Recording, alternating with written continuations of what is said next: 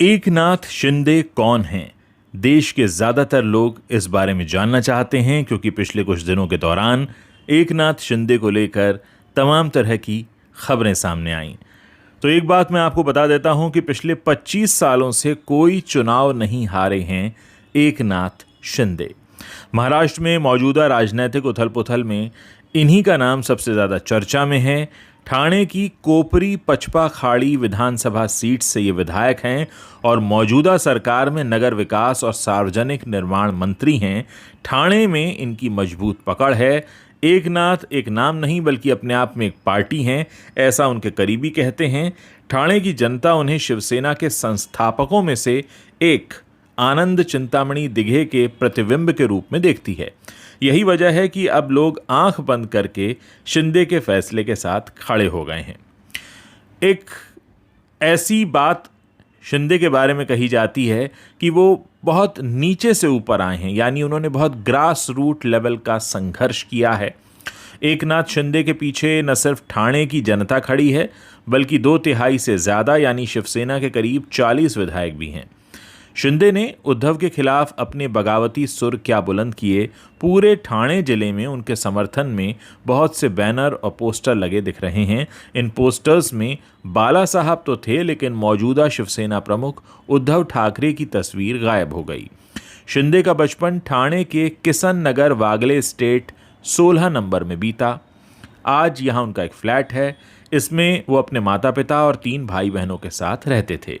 उनके बचपन के दोस्त बताते हैं कि एकनाथ शुरू से ही लोगों के लिए खड़े होने वालों में से थे। उस वक्त जब ये छोटे थे वहाँ पानी पीने की भारी समस्या थी।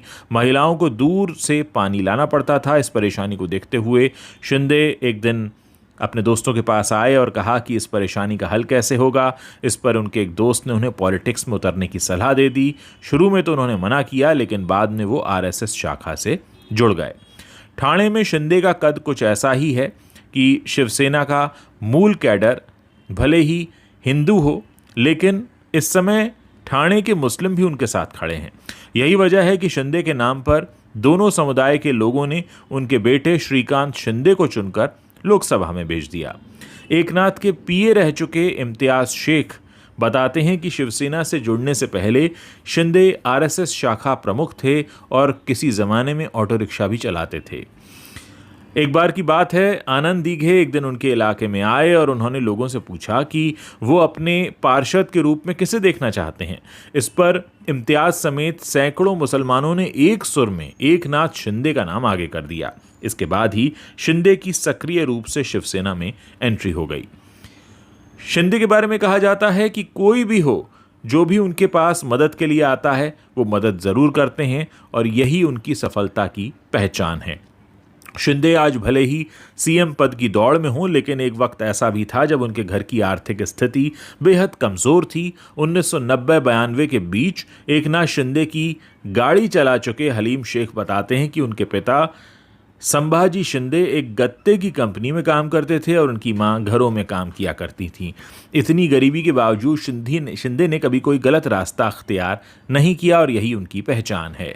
शिंदे के करीबी बताते हैं कि आज से 22 साल पहले यानी 2 जून 2000 के दिन शिंदे की लाइफ में एक ऐसा टर्न आया कि उन्होंने पार्टी तक छोड़ने का निर्णय ले लिया था। सातारा में हुए एक नाव हादसे में उनकी आंखों के सामने उनके छोटे बेटे दीपेश और बेटी सुभद्रा की डूबने से मौत हो गई थी। इस हादसे के बाद शिंदे इस कदर टूट गए कि उन्होंने राजनीति से संन्यास का ऐलान ले लिया। शिंदे के साथ पिछले 40 सालों से रह रहे देवीदास चालके ने बताया कि बच्चों की मौत के बाद एकनाथ ने खुद को एक कमरे में कैद कर लिया था। वो किसी से मिलते नहीं थे और ना ही किसी से बात करते थे।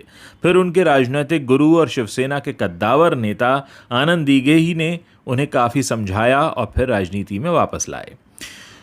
अब ये कहा जाता है कि एक वक्त ऐसा भी था जब परिवार को आर्थिक तंगी से उबारने के लिए एकनाथ शिंदे ऑटो चलाने के साथ साथ लेबर कॉन्ट्रैक्टर के रूप में भी काम करते थे। कई बार ऐसा हुआ कि काम ज़्यादा आ गया और मजदूर कम होते थे। ऐसे समय में शिंदे ने बतौर लेबर भी काम किया।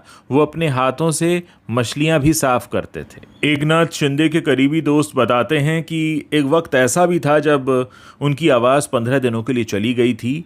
ये ज़माना था 2014 का। उस समय लोकसभा चुनाव चल रहे थे। शिंदे पूरे महाराष्ट्र में इतना प्रचार कर रहे थे कि उनकी आवाज़ चली गई। हालांकि डॉक्टर्स के प्रयास से उसे फिर से वापस लाया गया। इसके बावजूद वो शिवसेना के लिए लड़ते रहे। एकनाथ शिंदे के मित्र ये भी कहते हैं कि एक बार किशन नगर इलाके से गुजरने वाली पाइपलाइन फट गई थी और इलाके में पानी भरने लगा था और नगर निगम के कर्मचारियों को आने में देर हो रही थी। ये जानकारी जैसे ही एकनाथ शिंदे को मिली, वो मौके पर पहुंचे, पानी में कूद गए। निगम के कर्मचारियों के आने से पहले ही उन्होंने टूटी हुई पाइपलाइन खुद ही ठीक कर दी और इलाके को डूबने से बचा लिया। तो कुछ इस तरह के किस्से उनके बारे में कहे जाते हैं। शिंदे के एक बचपन के दोस्त हैं पोपट धोत्रे। वो एक अखबार को बताते हैं कि एक बार उनकी चाल में राशन की कमी हो गई। स्थानीय लोगों को न चावल मिल रहा था न चीनी। ये जानकारी जब उन्हें मिली तो वो सीधे इन्हें पैक करने वाली कंपनी के गोदाम में पहुंच गए और वहां से राशन उठाकर कमला नगर में रहने वाले लोगों तक पहुंचा दिया। तो उनकी जो कहानियां हैं वो इसी तरह की हैं जिसमें उन्होंने लोगों की काफ़ी मदद की है। फिलहाल 9 करोड़ से ज़्यादा के फ्लैट और बंगले के मालिक हैं एकनाथ शिंदे। ठाणे के पॉश वागले एस्टेट की धोत्री गली में 360 स्क्वायर फीट का घर है। शिंदे के पास 46 लाख की 7 गाड़ियां हैं, एक पिस्टल है, एक रिवॉल्वर है। शिंदे की पत्नी के पास 30 लाख रुपए की एक दुकान है, 2 फ्लैट हैं। ओपी हाउसिंग सोसाइटी के पास उनके पास करीब 2370 स्क्वायर फुट का एक आलीशान बंगला भी है। महाबलेश्वर में 12 एकड़ ज़मीन है और 3 करोड़ 74 लाख रुपए का कर्ज भी उस पर है।